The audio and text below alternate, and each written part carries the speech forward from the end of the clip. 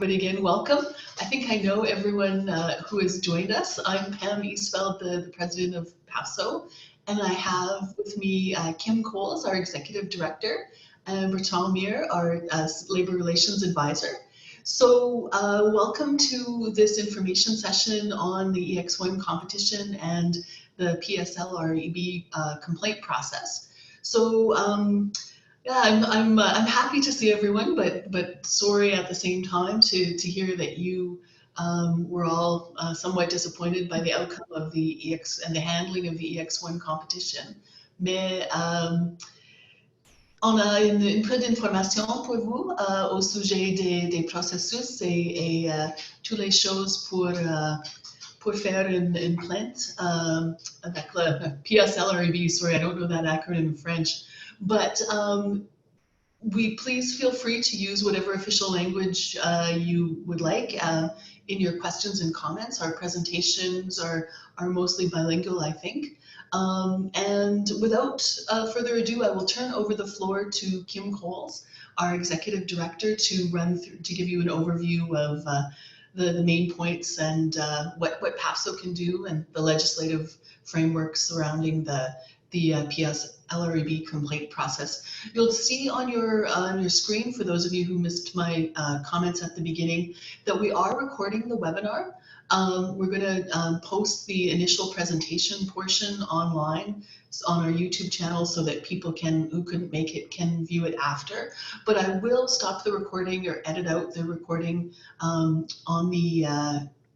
the Q&A so that we can have a free discussion. What I'll do is I'll just do a short summary of the main points that were discussed. And you can also, if you want to ask the presenters a question as they go, there's the chat function. There's also the Q&A function, which is in the middle of my screen. And you can type in a question then that the panelists will see.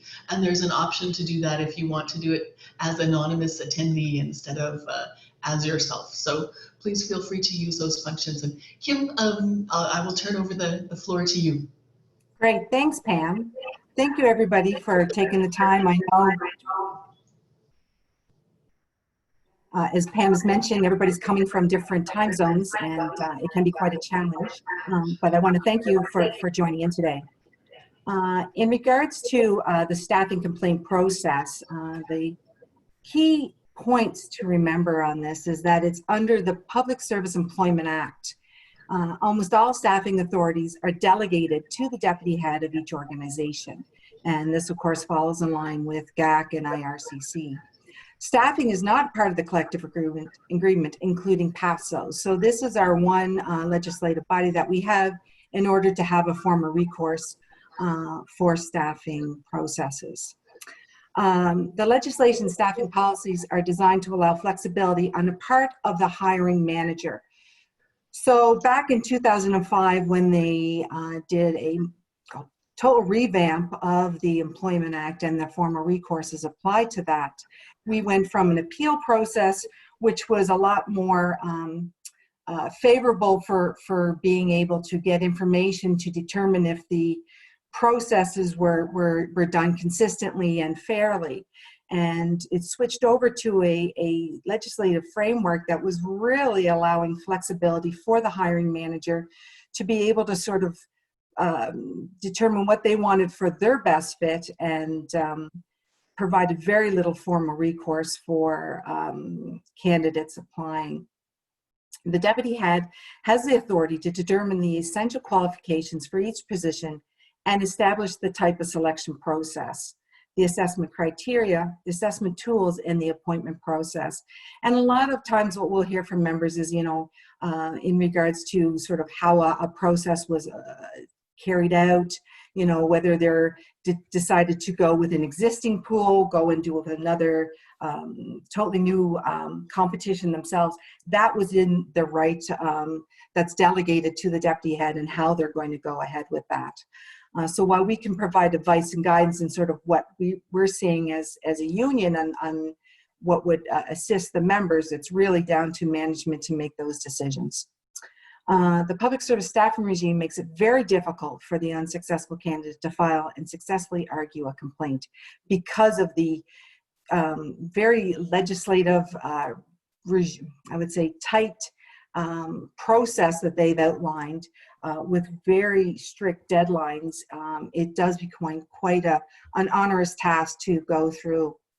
But what we can do as PASO, while in this circumstances, PASO cannot provide representation or assistance in a matter which is outside its jurisdiction or in a matter involving an appointment of a member outside its bargaining unit.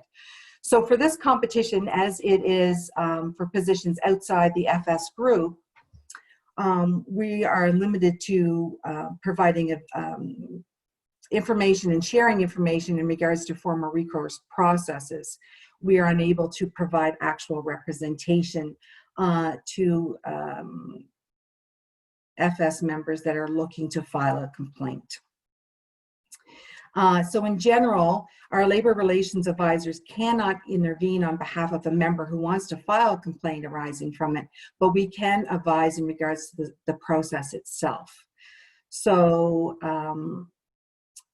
we can, in this session, we are hoping to share some general information, guidance on the process, and help you, our individual members, connect with each other for information sharing and support.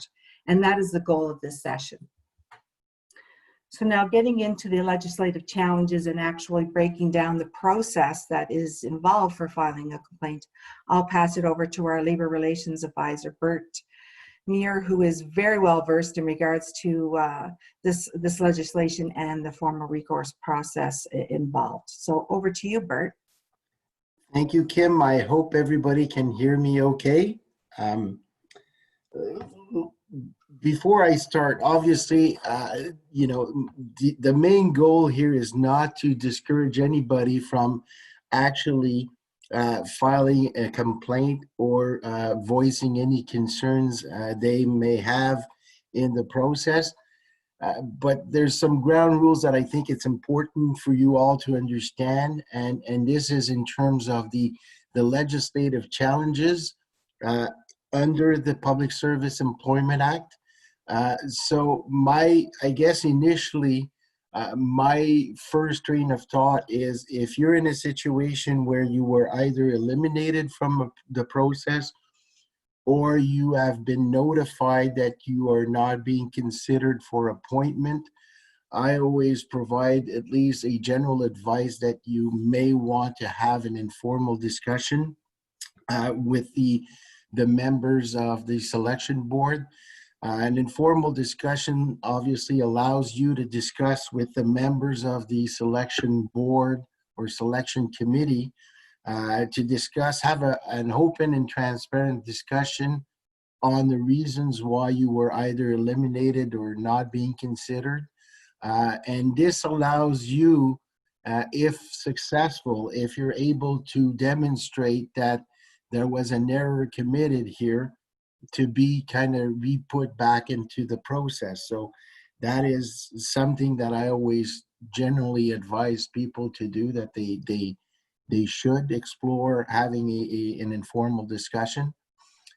Because unfortunately, under the Public Service Employment Act, well, the act is in itself designed to limit the numbers of possible complaints arising from a staffing process, a selection process. And the way they do this is mainly in three levels. The first one is they're restricting the access to recourse. And they have developed a cumbersome and lengthy recourse process, and they have significantly narrowed the eligible grounds to file a complaint. And this is under Section 77 of the Public Service Employment Act.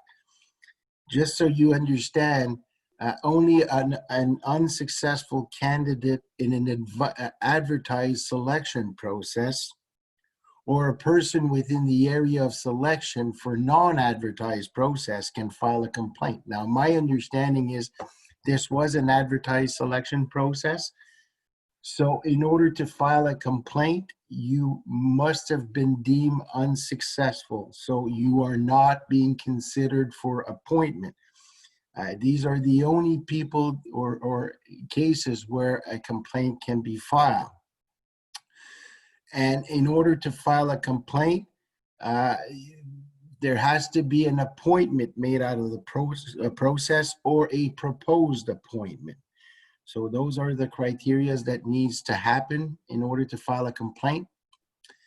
One of the technical challenge in the process is that a complainant must file allegations before they proceed with the exchange of information process, which makes it in itself extremely difficult.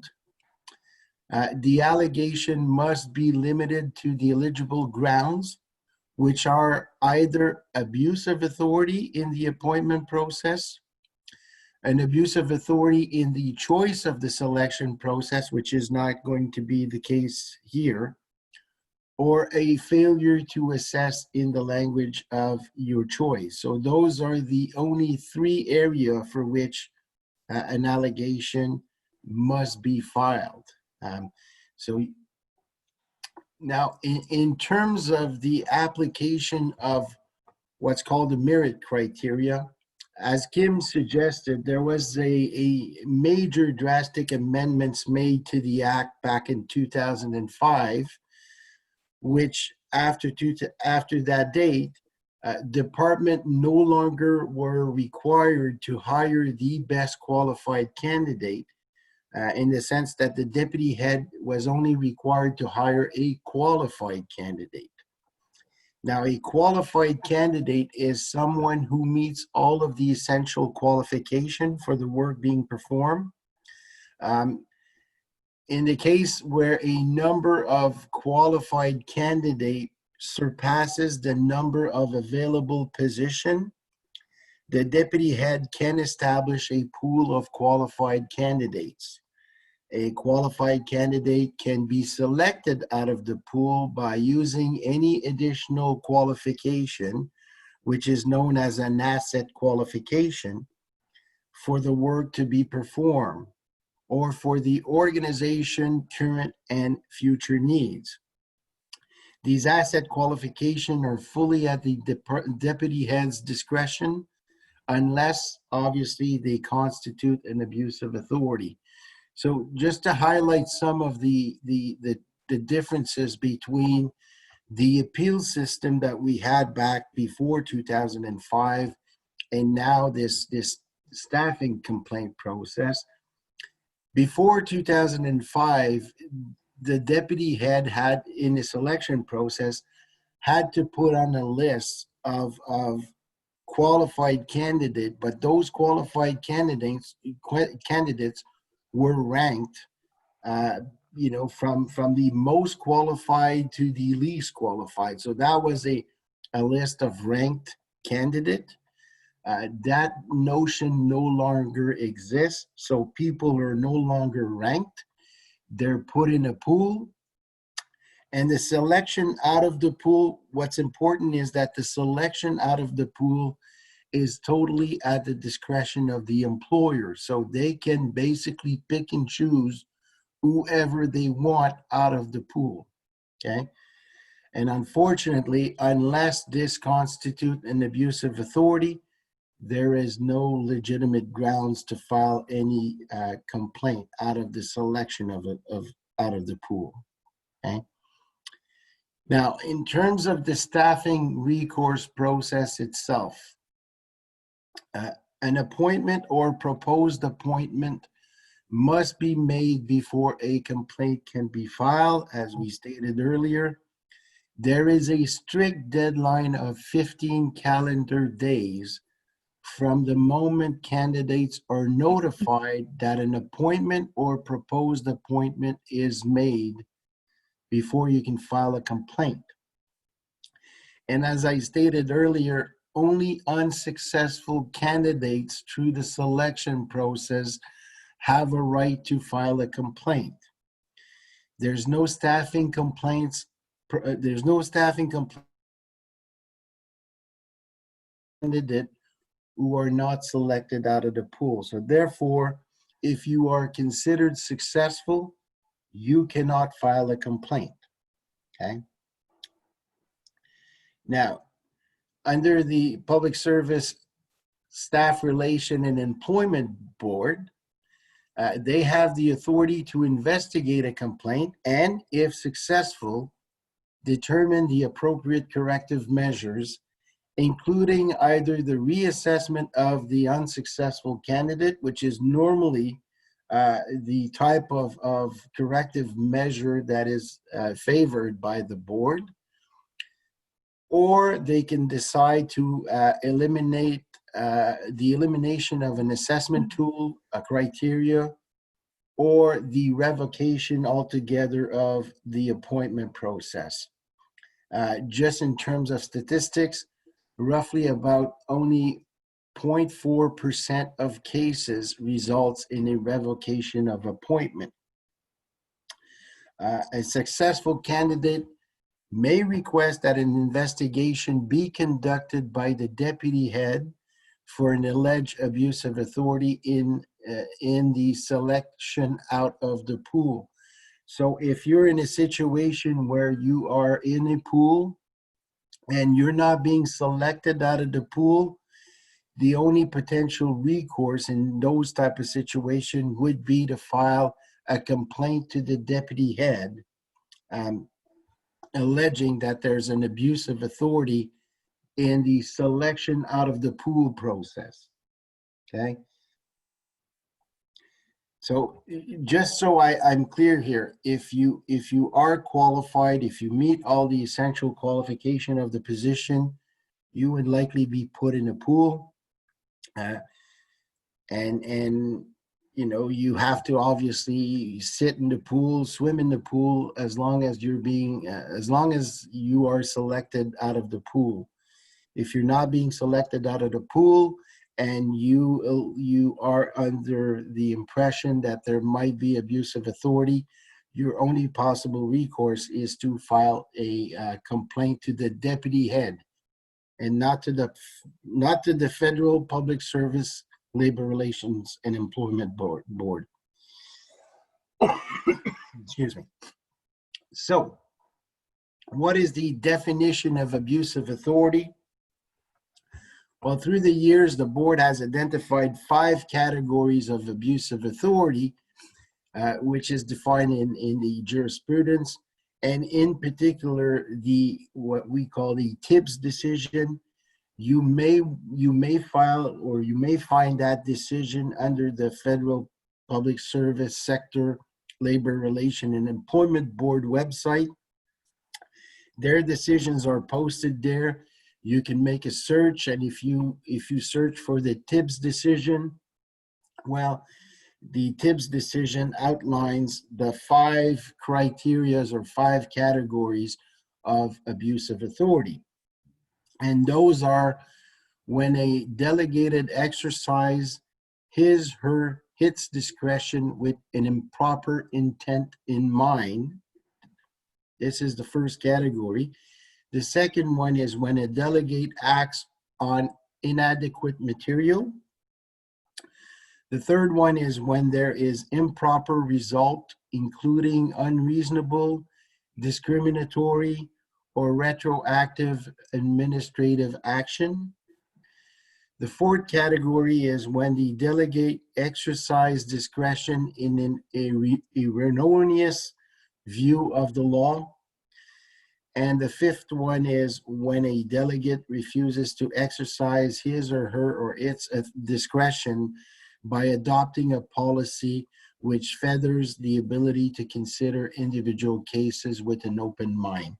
So those are the 5 types of category we've seen in the definition of what constitutes abuse of authority.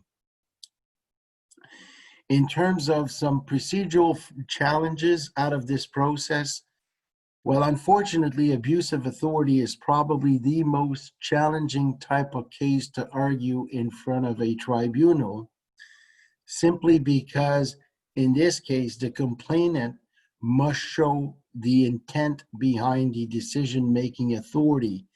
And unfortunately, showing intent is something that is extremely difficult to do in front of either a tribunal or a board. So this is not something that is obviously easy to do, and that's the reason why the vast majority of complaints are not successful, unfortunately. Another challenge is it's difficult to determine the merit of a case without reviewing the relevant information or documentation that was used by the selection board members.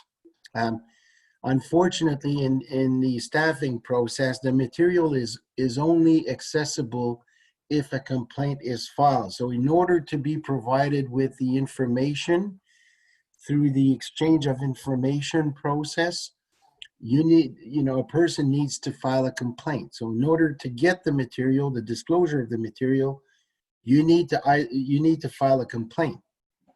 What's a bit odd about this process is you need to write down allegations in your complaint form. So in other words, you need to file in some allegations before you have a chance to review the information and the documentation. Obviously, you can always, if you want to go and have some information, you can always file an ATIP request. That's a possibility.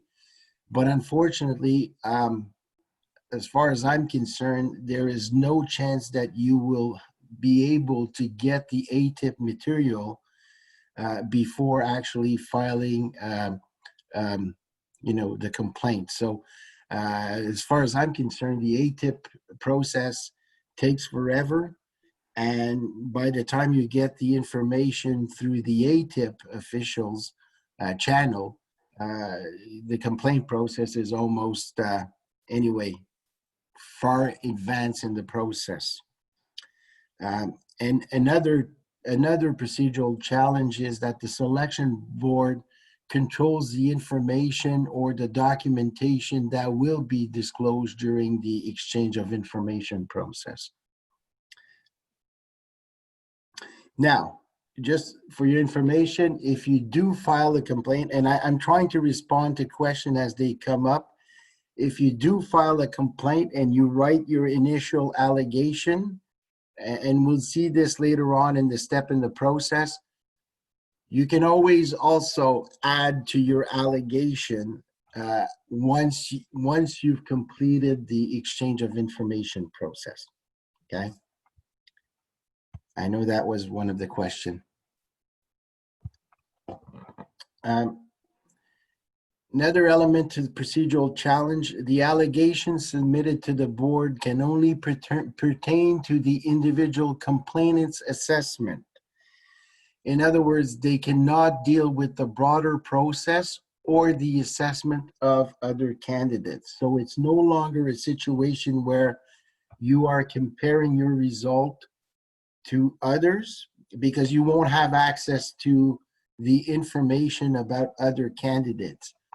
So it's no longer a comparison between your process and others. You are limited to only provide information or, file a complaint that deals with your own personal assessment. And the final challenge is that the burden of proof belongs to obviously the complainant when he or she is limited to respond to the selection board and also the Public Service Commission. Just so I can just briefly explain here, if you file a complaint, you're not only just arguing against obviously the employer who wants to protect its selection process, but you're also running against the Public Service Commission, who has intervened status in a procedure like this, okay? Now, what are the steps in the complaint process? Well, the first one is what we call the initial processing of your complaint. What you need to understand is that your complaint involves several parties. You have you as the complainant. The deputy head is the respondent. You have the Public Service Commission, who's the other party. And one needs to understand also that the successful candidates are also a party to a complaint, in the sense that they also have intervener status. Now, once the complaint is filed, the deputy head will, within 10 days, provide the board with the names and contact information of the other parties, if any. So anybody who has deemed to be proposed for appointment, their name and their contact information will be shared with the board, okay? For example, in the context of a complaint that is filed under Section 77 of the Public Service Employment Act, like I said, the other parties would be the person appointed or proposed for appointment, okay? And in this case, if of a complainant regarding the revocation of an appointment, the parties are the complainant, the PSC, and the deputy head only. But given that in your circumstance, from my understanding, this is an advertised process for which there's people being proposed for appointment, all of the proposed people for appointment becomes a party to the complaint. Okay.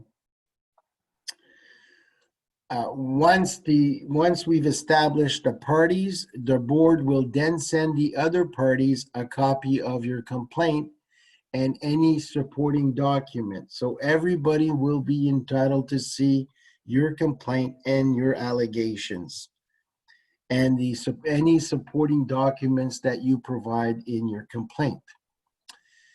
The board will distribute a list of all the parties with their contact information. And what's important is any type of communication being sent to the board will have to be sent to the other parties. Throughout the process, anything you send is going to be sent to the other parties. So there's not going to be any situation where you can contact directly either the board or the employer without sending the information to the other parties, okay? Now, second step, the information. Once we've identified who the parties are, you and the deputy head will have 25 days from the date of this letter, okay, or the letter to exchange all information relevant to your complaint. At this stage, this is solely a disclosure exercise, but there's also an opportunity for both parties to share information and initiate discussion to try to resolve the matter if it's possible, okay? You do not send copies of the exchange of information to the board. This is between you and the deputy head. If after the 25-day exchange of information period, you have not received the information you believe is relevant to your complaint, you may make a written request, a written submission to the board for an order for the provision of information. And you would use Form 3 for this, which is entitled Request for Order for Provision of Information, okay? Once you've completed the exchange of information, next step is filing of the allegation. You will have 10 days to file your allegations after the exchange of information period. The allegations are basically what you are going to argue in front of the board, and obviously it has to be tied in with your allegation on the grounds of abuse of authority, okay? You will need to set out all of the details that support each allegations, okay? You must advise the board in writing before the date for filing of your allegation if you do not wish to add anything to what was already provided when you initially filed the complaint, okay? You may use Form 7 which is entitled Allegations, which you can find again on the board's website, okay? It is not necessarily to include all of your exhibits or evidence with your allegations. You will have an opportunity, obviously, to present your evidence at the hearing phase, okay? So once you file the allegation, the deputy head normally or should or could reply to the allegation. There's no obligation on its part, but the deputy head will have 15 days from the date it receives your allegation to reply to what you've alleged, okay? The board will offer the party a mediation process in order to try and resolve the issue. If both parties agree to mediation, this is a voluntary process, so both parties need to agree. If both parties are in agreement, the board will assign a mediator to the case. The mediator will contact both parties to try and set up some sort of mediation process, okay? And fifth, or on the step 5, other parties reply. The other parties, including the Public Service Commission, may provide a reply within 10 days of the date of receipt of the deputy head's reply. A successful candidate, as I mentioned, who is also a party, may also provide a written reply within 10 days. But from my experience, this rarely happens. The board may conduct a pre-hearing teleconference with the parties to discuss any procedural matter. And once step 5 is completed, the board will send a notice to the parties at least 7 days prior to the actual hearing date. Now, if one of your question is, how long does it take for the board to hear a case?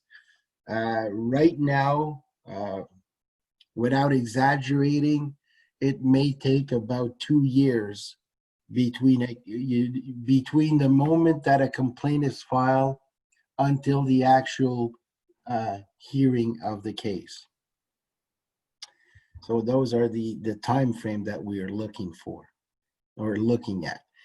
Now, if you do require more information in terms of how this process goes about, the board has put on their website a procedural guide that outlines each steps and obviously provides some insight and some information at every step. So obviously I would recommend that you have a look at the procedure